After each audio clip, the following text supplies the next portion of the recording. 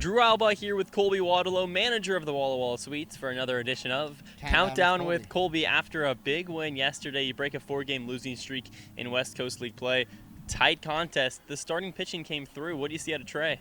Yeah, he did a great job attacking from the get-go. I think it was a good example of someone who went out there, forced them to beat us. It looked different than kind of what we did, and not because of the personnel. It just his tempo, his presence, his conviction of how he went about his business on the mound was good to see. You know, we talked about as a staff, that's what it should look like every single time we get out there, and so it was good for him, especially as a young guy, to come and kind of reset things for us, and now hand the ball to Reimers, who's another guy who's gonna I think do exactly that. How much can you say about Nakoa Moses-Gamera and Dylan Torres going in there, working into some trouble, but getting out of it and giving the Sweets a chance to win, and ultimately winning 4-2? Yeah, I think both of them are used to making big pitches in big situations. You know, Nakoa, his first relief appearance of the year in that one. He'd been coming out of the starting games on the mound for us, and so awesome to see. And his a little shaky, maybe getting himself into some trouble, but man, he made some big pitches when he needed to, and did an excellent job bridging things so we could hand the ball to Torres. And once Torres got it going, kind of got his feel for what he needed to do in the eighth, he was lights out. Is Nakoa going to be a relief pitcher from this point on? Yeah, we'll see. Like I've talked about, it's like we've got a lot of guys in the pen that we can use in different ways, and guys that we can cycle into the rotation. So it was a good opportunity for us to kind of back off his innings count a little bit and let his body rest up. You know, after being a starter all spring, starting the first half of the summer, and he's able to kind of get his legs underneath him, get his arm built back up, and make sure that we're not putting him in a compromised spot as far as his health goes. Health and strength and coming first. And so I wanted to make sure we can take care of him, and it's a situation and a spot that I think that we can use him and that he can provide a lot of value for us. Him and a guy like Aiden Rady, who's kind of in a similar situation. We saw him come out of the pen and bend, and so both those guys kind of moving from the rotation to the pen, cycle a couple new guys in there like Reimers and Payson Sweeney we'll see tomorrow, and so that's kind of just the rotation we got going right now. How big is it to win in different ways? I mean, it's no secret in Bend, the offense was there, the pitching wasn't. Now here against the Pippins, the offense put up 4 runs, not bad, but you win in a close, low-scoring game. It hasn't seen that too much this season. How big is it to win? We can win high-scoring, we can win in these low-pitching battles, and kind of the diversity throughout the season in that way. Yeah, no, it's definitely a valuable thing for us to be able to do. You know, one of my coaching mentors says that when you're trying to win a game, you've got to be able to win a game on any day, in any weather, in any ballpark, and against any opponent, right? And so, it's been great for us to see, hey, we need to put up double-digit runs to get ourselves going. We can definitely do that. But also, hey, if we scratch 3 across and our pitching can step up and we can make the plays that we need to make, then, hey, we get 3 runs, and that, that's a game. Like, we can win with that as well. You fireworks show yesterday, back here home at Borleski. The Sweets have had obviously a very good record here at Borleski. Do you think there's something special about this park, or just happenstance up until this point? I think the guys enjoy playing here. You know, we get great support from the fans. It was awesome to see a great crowd last night for the 4th of July. Yeah.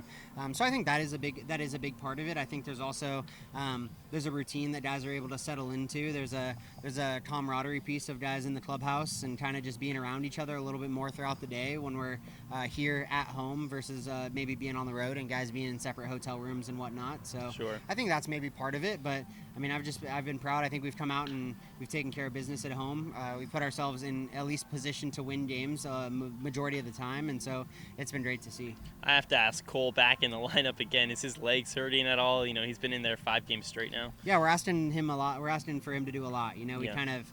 It's not really a day off, but he got to play right field in one game in Bend, right? And that was kind of his day off a little bit. Shows how valuable it is to the team right now.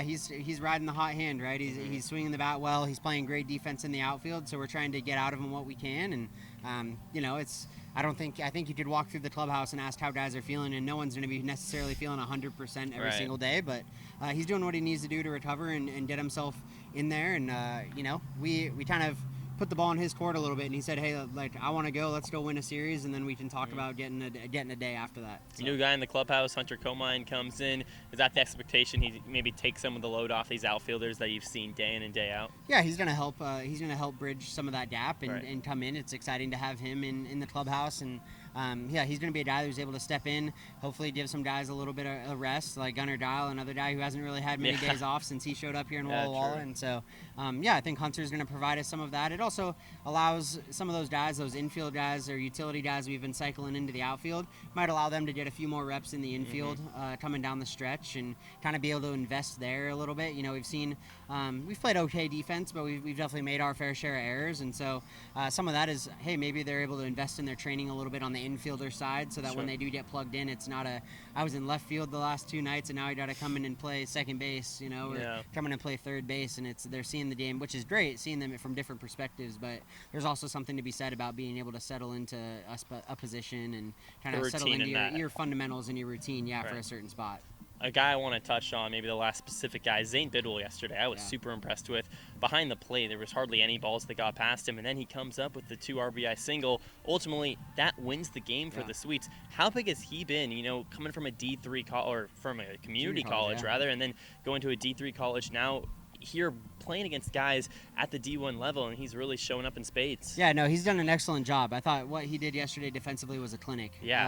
You know, it's catching is something that he actually didn't do much of in the spring. He played a lot more first base than he caught. When I asked him about that. And we saw him in there last night, and we've seen him in there so far this summer, and he's done a great job. I thought last night for sure was one of his best nights, especially defensively, that I've seen, and he gets the big knock as kind of a reward for his efforts behind the plate. But I think he really saved the game in maybe more defensive ways than he did win it with the swing of the bat. And which says a lot, because that was a big hit. Yeah, right, exactly. But you think about how many runs he saved, keeping the ball in front of him, not letting it get to the backstop. And, you know, we talked about Nakoa and Torres making big pitches. Well, it, you know, helps him a lot to be able to have the confidence of, hey, with 2 strikes, I can bury a slider in there and know that Zane's going to pick him up. Or, you know, for Zane to keep the guys on first and second versus second and third, where all of a sudden a ground ball is a double play rather than a ground ball being a run scored. And so I was really pleased with Zane. You know, he's going to get to go back there again today and take care of Ben Reimers and work with him. It should be great to see him back there. Is there something, you know, you were a catcher back in the day, that gritty mentality of, I was seeing Bidwell stick his head maybe 5 inches away from the dirt, sliding in with guys on third base. That saves a run right there. Is it that mentality as well as the technique? Yeah, I think I would say blocking when it comes to catchers is 80% mentality. Just like and a goalie in soccer kind of? No, honestly. And that's even, you know, you know, we don't do it as much here, but I've known of programs and I've played in programs where literally like hockey blocking is a drill that you do as a catcher. It doesn't matter how pretty it looks. It doesn't matter how you do it, but can you keep the ball in front no matter what you do? And so I think learning to do that and kind of buying into that mentality of, hey, nothing's going to get behind me. Like, I don't want to have to make the jog of shame back to the backstop to go pick up the baseball. And I think I personally believe it's a ton of mentality more than it is technique. Yeah, there's technique stuff you can do to put yourself in a better position to make the plays, but mentality says, hey, I'm not going to let anything get by me. And I think that can carry a long ways. Especially because from a team perspective, giving up free bases with the runner on third, someone coming home, for me on the hill, I mean, that would be super demoralizing to know you have that kind of backstop there. It's been huge to see Zane Bidwell's growth. He can also play first base, been really big for the Sweets early on. After today's game, there's going to be something fun, a home run derby. You want to walk us through the 3 choices we made? Yeah, we're going, let's see, who are we doing? Dom Cadiz, which seems like an easy answer. Yeah, I mean, he had another one yesterday. I think he leads our team in home runs. He does. So that was a pretty easy choice. I don't think it's close either. No. Yeah. Billy Scaldaferri, I believe, is going to be going for us as well. He's a guy that puts a ball in the air. You know, we've seen him run a couple balls out here at Borlesti if the wind gets going out there to left. He's third in RBI in the team despite being like hitting 215 right now. Yeah, the average hasn't maybe been where he's wanted it to be, but I think the extra base hits have though. Yeah, the extra base hits have. He's got a lot of juice. You know, he's I think a guy who's fun to watch. He's excited to do it, and so that'll be fun. And then the last one was we actually had I believe a competition during BP to see who the last one was going to be, but it's Owen Estabrook, which I think says, you know, speaks a lot for himself. Can you guess who was in the competition with him? I mean, Nate a couple days ago was hitting balls out.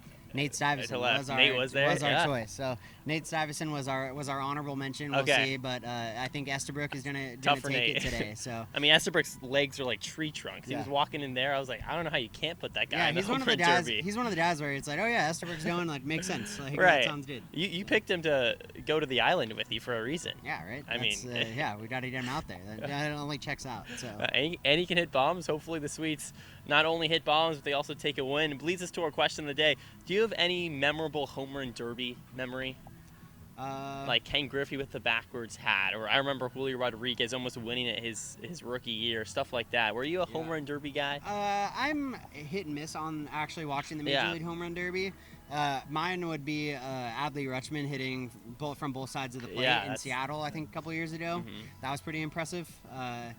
His dad, Randy, was also assistant coach for me in college for a couple of years, my first couple of years, and so just kind of a little personal connection there to him, and so seeing him throw into Adley was pretty cool. And I mean, you have a guy that goes up and not only hits as many home runs as he did, but he does it from both sides of the plate. Is pretty impressive. Cal Raleigh, who knows? Yeah, maybe that'll happen this upcoming summer.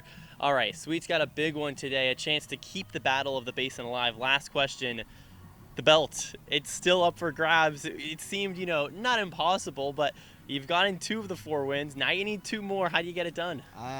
We almost forget about it, maybe? Well, no, we come out, we're playing. We want the belt. We're playing for the belt. Like, we're talking about it. We want the belt. So it's a nice belt. It's shiny. Cool. It's like a mirror. Yeah, we're playing for the belt. So I'm hoping we come out. I think we take it one pitch at a time. We come out, set the tempo early, and force them to react to us a little bit. And I think we'll be in a good spot. Hopefully the belt is still up for grabs. A home run derby win for the Sweets, and most importantly, a victory for the Walla Walla Sweets. Once again, manager of the Walla Walla Sweets, Colby Watilo, on another edition of Countdown with Colby. Thanks so much. Yeah, thanks, Drew. Go Sweets.